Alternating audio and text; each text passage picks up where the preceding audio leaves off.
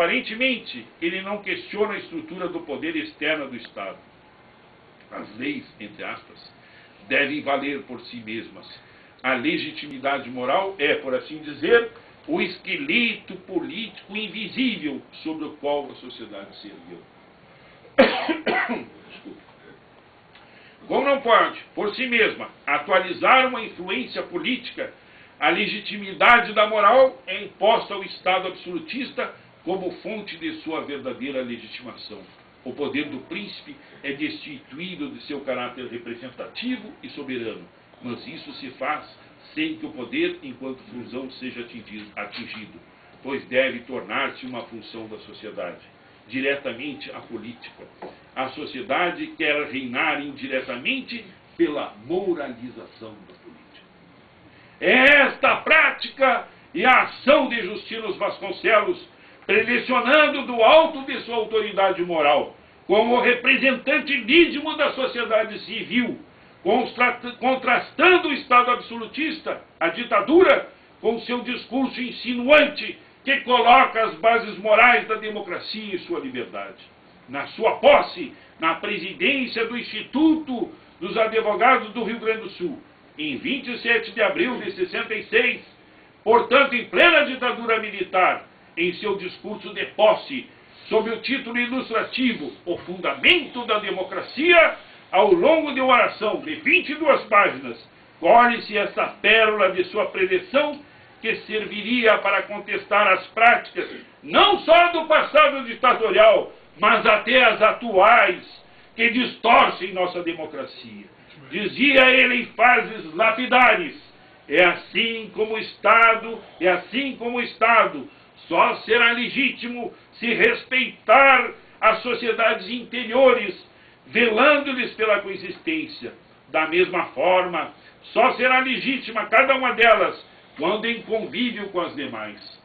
A subordinação às regras da convivência tirada a legitimidade aos que realmente visem a ela, deve o Estado confortá-los.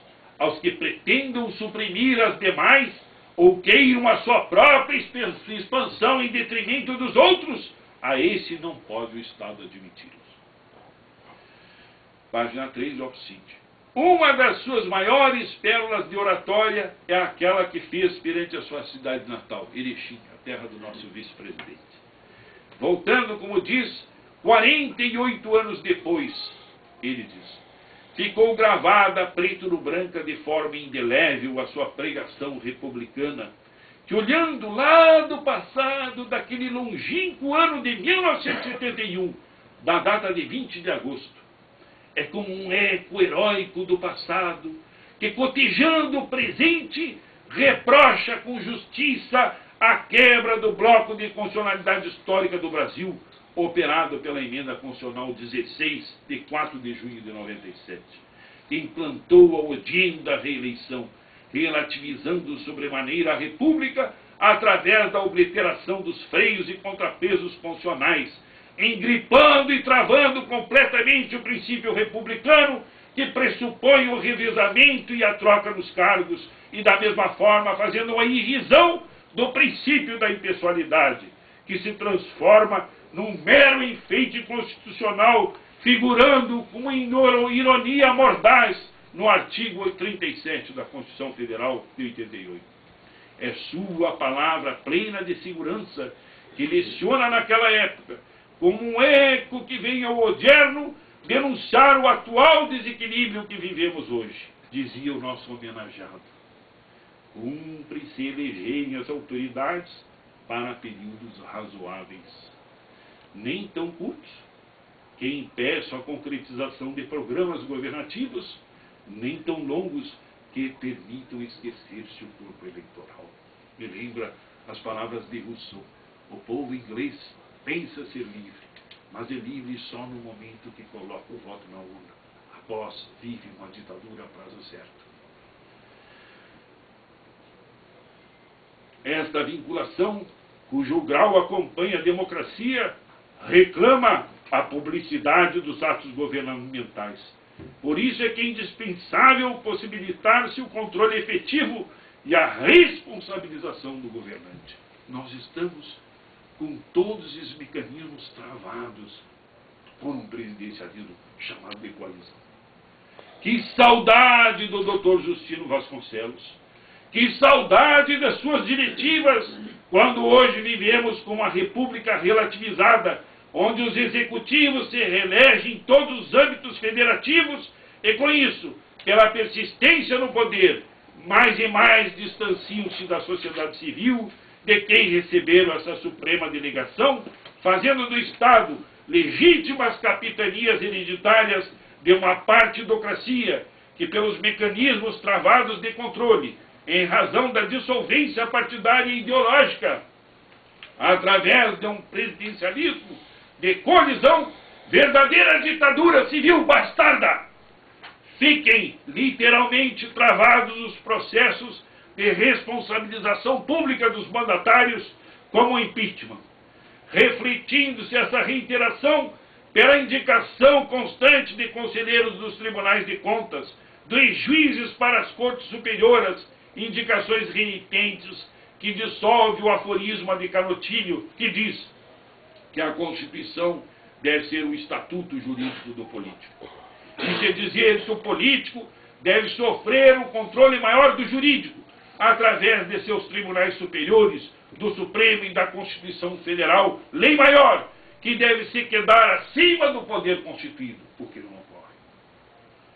Mas é lá do passado que Justino Vasconcelos, com o látigo contido em sua verve, ungida no templo da democracia, como estabelece os parâmetros de sua nascente. É ele quem diz, açoitando do passado, essas coligações esdrúxulas, que matam a voz dos partidos e os transformam numa candente ironia democrática, entre aspas. Seja, com inúmeros partidos não se tem a democracia.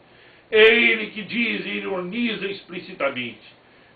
Ele, tão imprescindível a fiscalização, que no regime democrático, para mantê-la viva e atuante, ela se constitui no principal encargo da oposição. Repugna, saliente, a mera oposição de nome, decaída em cumplicidade superficial como veste, infiel ao próprio conteúdo ideológico e programado. É Justino Vasconcelos que fala isso. Fustigava ele a sua realidade, aquela denunciada pelo inesquecível deputado Brito Velho, que renunciou para não ser um mero decoro republicano e um simples adorno à democracia fenecida daquela época. Mas também como um arauto do passado, cuja voz tonitruante ecoa para o futuro para denunciar essas coligações espúrias que conestam uma democracia que faleceu entre os conchavos oligárquicos das máquinas partidárias, que vendem e sepultam a República em seus crimes de simulação, que transformam a deusa da liberdade, da igualdade e da fraternidade numa mera ficção jurídica para iludir e desapossar a sociedade civil do Estado, que deve estar a seu serviço e não da camarilha que trai os ideais da República, assassinando-os no cadafalso público e diuturno da nossa política de cada dia. Que saudade do Dr. Justino Vasconcelos, de sua respeitabilidade para com o escudo desses valores alardeados em suas conferências, em seus escritos, voltar no tempo e estar aqui conosco para recomeçar essa luta de Sísifo, de que nos fala Alberto Camus. Essa luta incessante do direito para conter a política em seus limites, usufruindo-se dessa condição do estado de civilização. É Justino Vasconcelos que, recitando os mandamentos do advogado de Edouard Couture, quebrada pela independência da cidadania do advogado, dizia ele, houve um homem, senhores, houve um advogado que a solicitação de Caracalla para escusar-lhe o crime retorquiu altivo: é mais fácil cometer um parricídio do que justificá-lo.